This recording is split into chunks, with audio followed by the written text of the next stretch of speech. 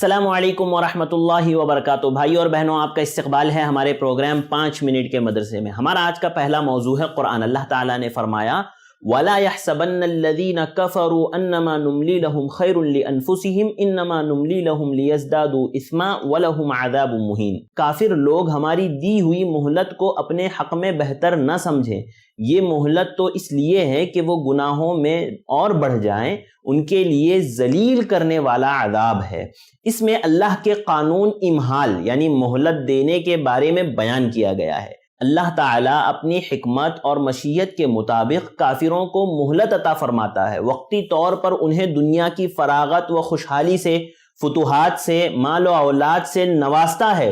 لوگ یہ سمجھتے ہیں کہ ان پر اللہ کا فضل ہو رہا ہے، لیکن اگر اللہ کی نعمتوں سے فیضیاب ہونے والے نیکی اور اطاعت الہی کا راستہ اختیار نہیں کرتے تو یہ دنیاوی نعمتیں فضل الہی نہیں بلکہ مہلت الہی ہے۔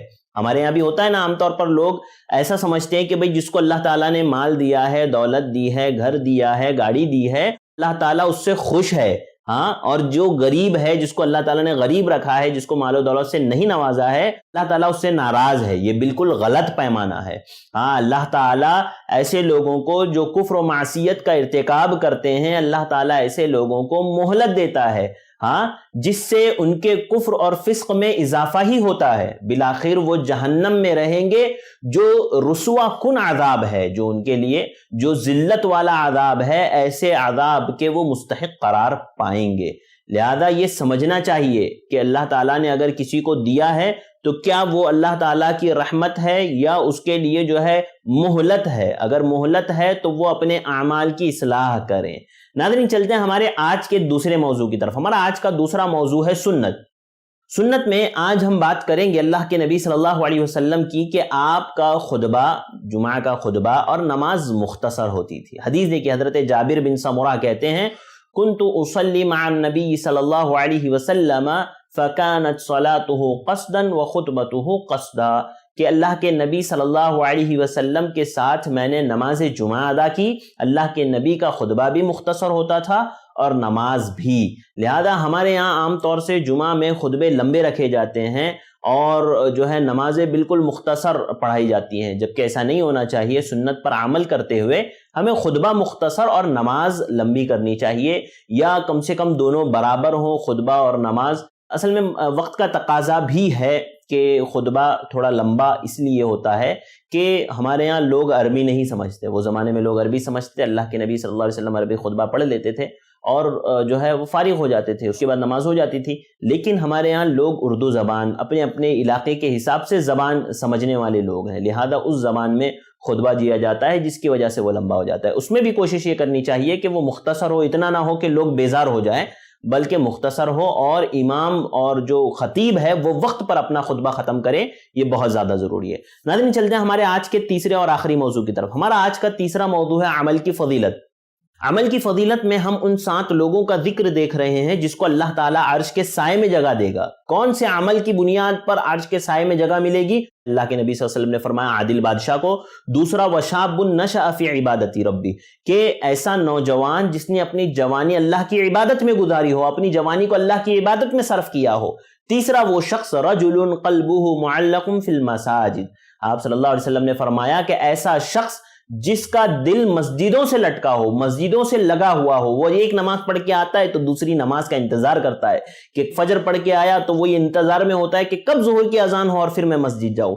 جب وہ ظہر پڑھ کے آتا ہے تو پھر وہ انتظار کرتا ہے کہ کیسے میں عصر کی نماز کے لیے جلد سے جلد پہنچنے کی کوشش کروں۔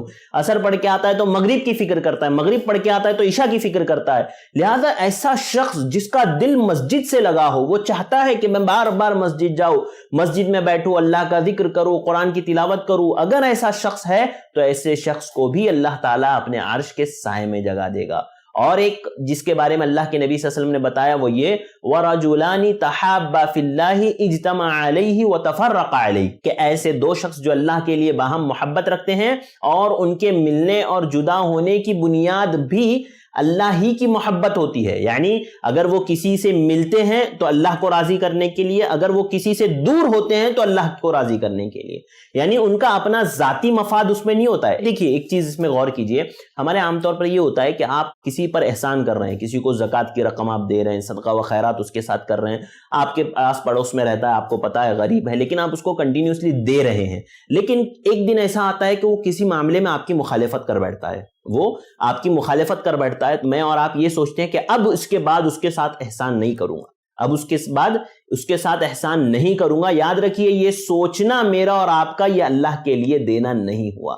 اگر ہم یہ سوچتے ہیں کہ ہماری ذات کی وجہ سے اس نے ہم سے مخالفت کی ہے, اس کے باوجود ہم یہ سوچ رہے ہیں کہ جو صدقہ و خیرات میں اس کے ساتھ کرتا تھا وہ معاملہ میں نہیں کروں گا, تو یہ اللہ کے لیے دینا نہیں ہوا. اگر آپ اللہ کے لیے دیتے ہیں تو پھر آپ اس بات کی فکر نہیں کریں گے, آپ یہ سوچیں گے کہ خیر اس نے میری ذات کی مخالفت کی ہے, لیکن جو میں اللہ کے لیے اس کو دیتا ہوں وہ دوں گا, اور جو معاملات میں نے اس کے ساتھ اللہ کے لیے روا رکھے ہیں اس کو روا رکھوں گا.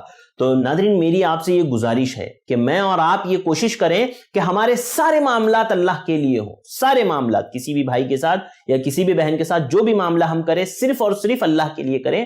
تو یاد رکھیے اللہ تعالیٰ مجھے اور آپ کو اپنے عرش کے سائے میں ضرور جگہ عطا فرمائیں گے انشاءاللہ. اور جو لوگ ہیں ان کا تذکرہ ہم کل کے درس میں سنیں گے. اللہ تعالیٰ سے دعا کرتے ہیں اللہ تعالیٰ مجھے اور آپ کو ان باتوں کو سمجھنے کی, ان کو یاد رکھنے کی, ان پر عمل کرنے کی توفیق عطا فرمائیں. آمین. السلام علیکم ورحمۃ اللہ وبرکاتہ. دین کی بات عام کرنے میں i+TV کی مدد کریں. پے ٹی ایم یا گوگل پے کے لیے ہمارے نمبرز پر ٹرانسفر کریں.